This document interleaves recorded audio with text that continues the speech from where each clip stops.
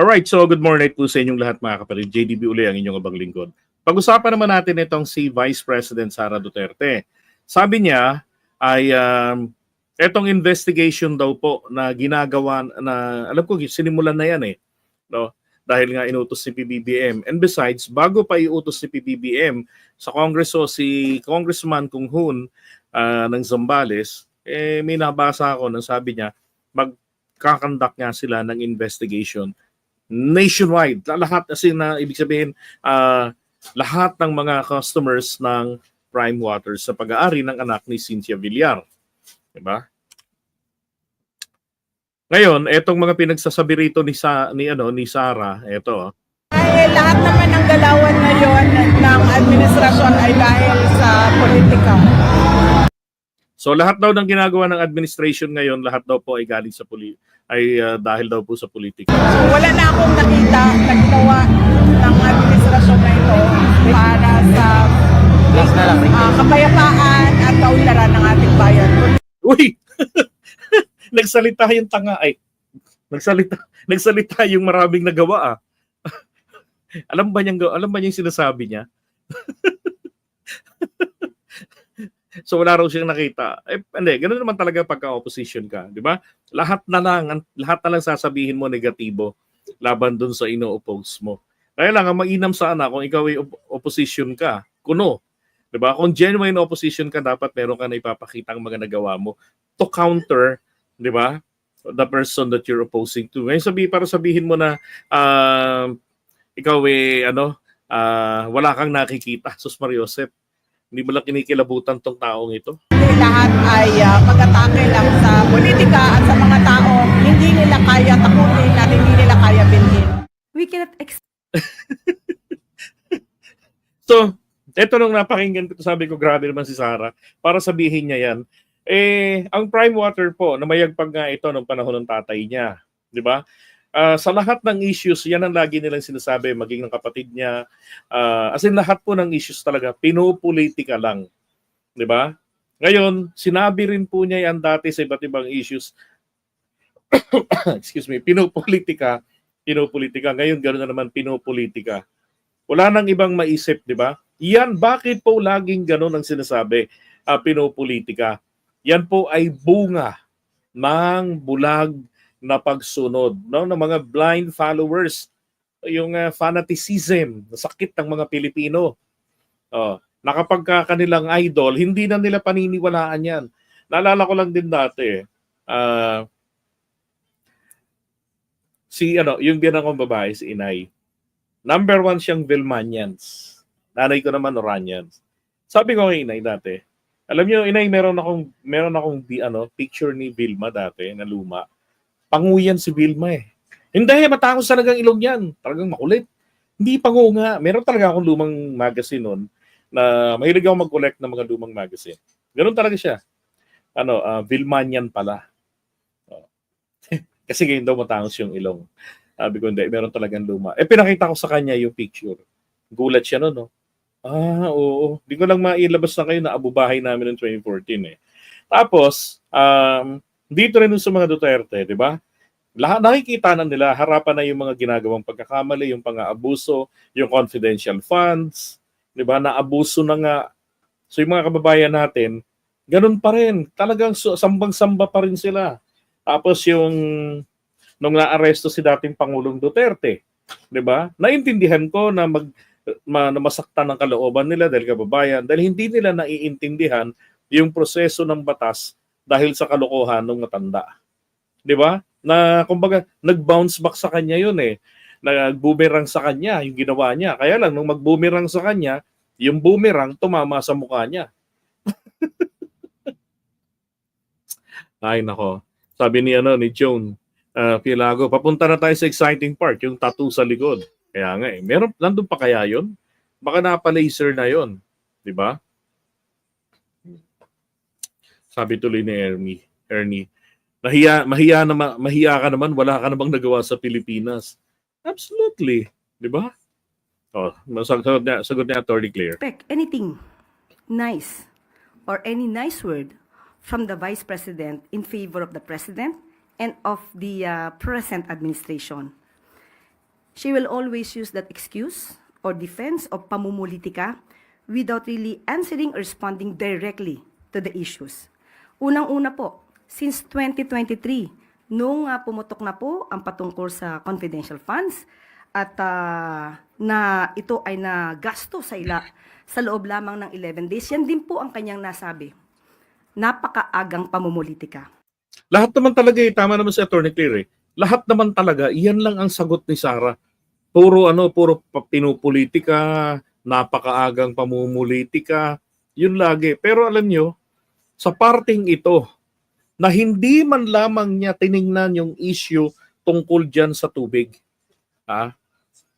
Kung tutuusin nga, di ba, siya yung future president ng Pilipinas. Gusto niya magpresidente. Di ba, dapat nga siya yung magpaparamdam ng concern sa kanila. Now, eto ngayon ang problema natin.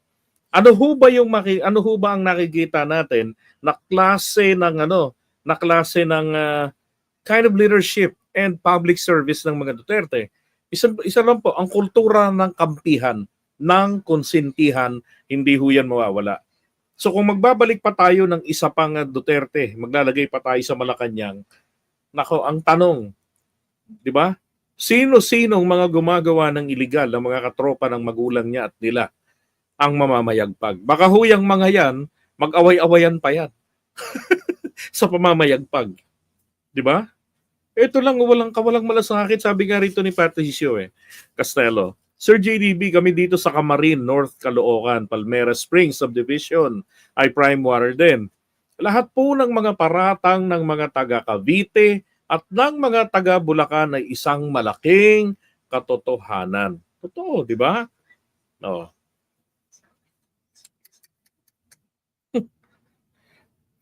Yung mga tao hirap na sa pagbabayad, di ba? Hirap na sa buhay nila. Langya. Pero mo, kainit ka ng panahon, amoy sibuyas kayo sa loob ng bahay nyo. Di ba? Langya. Tapos merong future president kayo na sasabihin. parang maririnig mo sa harapan mo nagsasalita si Sara ng ganun. Parang tama-tama nagpapawis ang kilikili mo. Parang ang sarap dakbain yung mukha at isalpak sa kilikili. Ayan, lasahan mo. Langya. Sabi ni Nyolo. Shout out kay Nyolo, sabi niya, Tol, mayroon na tayong iyot man. Pwede mo nang patugtugin. Ay ganon. Loko ka. Bukas-bukas. Diba? Grabe. Yeah, correct, Marlon. That's the squid tactics, diba? The divert yung usapan. Oh. Correct. Wala nang future talaga ang bansa natin kapag naupo panibagong Duterte. Bakit naman po natin nasabi yan? Mismong si Simon Tulfo na, diba? Sinabi na nga niya kung anong kalidad ng mga to, anong behavior nila. Balikan lang natin yon. Ito, Ayan, sabi ni Montulfo, mga taga Davao City at super duper loyal supporters, magising na sana kayo sa inyong kabubuhan at katangahan. Si Sara certified na baliw, si Pulong abusado, at di umano'y sangkot sa drug trafficking noong Pangulo pa ang tatay nila. Si Basti na mayor ngayon ay palaging lasing, pumapasok ng opisina sa hapon o gabi na dahil may hangover palagi. Di ba? Tapos ito ho yung mga tao nga katulad ni Tio Moreno at ng iba pang mga DDS influencers. Di ba? Mga taga Davao, pagpapaniwalaan nyo bang ginagago kayo ng mga to? Wala namang dahilan para pakialaman ng ating kapulisan o ng ating gobyerno yung bahay ni Pulong. Ba't kailangan yung bantayan? Di ba? Itong mga ganitong klase yung pinagagawa sa kanila, ito ho ay kumbaga pag-testing nila sa kanilang natawag na grip of powers. Right? Gano pa ba kalalim? Gano pa ba kalakatindi ang kapit namin sa mga utong-utong ito? Yun Sipin mo, nananahimik ng hating gabi, may pasok kinabukasan, biglang mauulol na naman sila, takbuhan ngayon doon. Uy, bahay niya, lulusubin na ng mga pulis. Tapos walang nangyari, sasabihin nila, kaya po hindi nakagpunta yung mga pulis dahil nandito kayo. natakot yung mga pulis, kaya walang iwanan. Tapos yung binabantayan nila yung may-ari ng bahay, ng mansyon, di ba? Nandun sa The Hague. Oh. Yung akala mo yabang akala mo magiging president siya, kita nang wala siyang nagawa. Di ba? Puro paninira, di ba?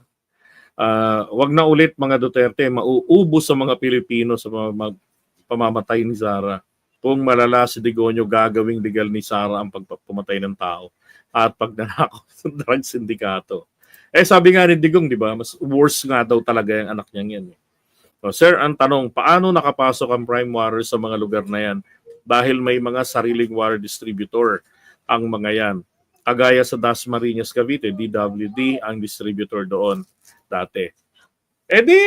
Kasalanan po ng LGU. Ito nga, pinag-uusapan nga namin ni Mami Peng kahapon. Sabi ko, alam niyo, yung LGU ninyo dyan sa Bulacan, ngayon lang yan nagngangal-ngal. Alam mo, kako, ang totoo, isa yan sa mga salarin kung bakit nakapasok ang prime water dyan. Bakit kanyo? Aba, isipin nyo na lang hindi na nga natin, alam na nila na ang prime waters na babalita na noon pa, may mga reklamo na sa kanila. Pero hindi mangyayari kasi na ang prime waters ay makakakuha ng kontrata nang hindi po ito pinahintulutan ng LGU. Kumbaga, ang ginagawa ng mga LGU na nagngangaw ngayon dyan tungkol sa prime water ay, na nag-iiyak lang sila para ma-divert lang ang sisi, doon lang, masolo lang ng mga bilyar ang sisi sa kanila. Pero responsable pa rin dyan ang mga LGU. Lalo na yung sa haba ng panahon nagrereklamo ang taong bayan, wala silang ginagawang anumang resolusyon para mapatalsik, di ba, para makansela. Kasi nasa kontrata nila yan na magiging maganda ang kalidad ng serbisyo. Kapag hindi po naging compliant, anong gagawin nyo? I-penalize nyo. 'Di ba? Anong ginagawa ng konseho? Ng lungsod, 'di ba? Mga yan po, mga bayad yan, nakikinabang sa bilyar yan. Maaaring financial para sa kampanya, maaaring endorsement, 'di ba? Ay nako, kaya panggap-panggap lang yung mga yan, kunwari concern. Yeah, that's correct. Panahon pa ni Duterte nga yan na mayagpag, sabi nga ni Attorney Claire. Panahon pa ng ni Diggs. That's right. Kung hindi korap ang LGU, hindi makakapasok yan. Di ba? Dapat nga po kasi ang LGU ang naghumahawak na ng negosyo ng patubig. Para saan pa ba ang buwis? Tingnan niyo ang kagaguhan ng mga LGU merong kalsada, sinasabi nila expired na after 3 years. Lahat daw ng kalsada ay may expiration date every 3 years. Sabi ko, bakit yung bahay mo hindi mo ipag-iba? Pagkadating ng 3 taon, may expiration din dapat yan. Bakit? Parehong semento lang din ang ginagamit nyo dyan . Ang kaibahan lang yan, nakatayo yan. Di ba? Bakit kailangan yan 25 years bago pa masabi na kailangan ipacheck para malaman kung condemn na o hindi? Bakit ang kalsada katino-tino, dinudurog ng mga LGU? Diba? Kasi hinahayaan ninyo. Dapat pag ganyan ang gawain, wag nyo nang iboto. Nagawa nila, gigibain nila, sisirain nila yon.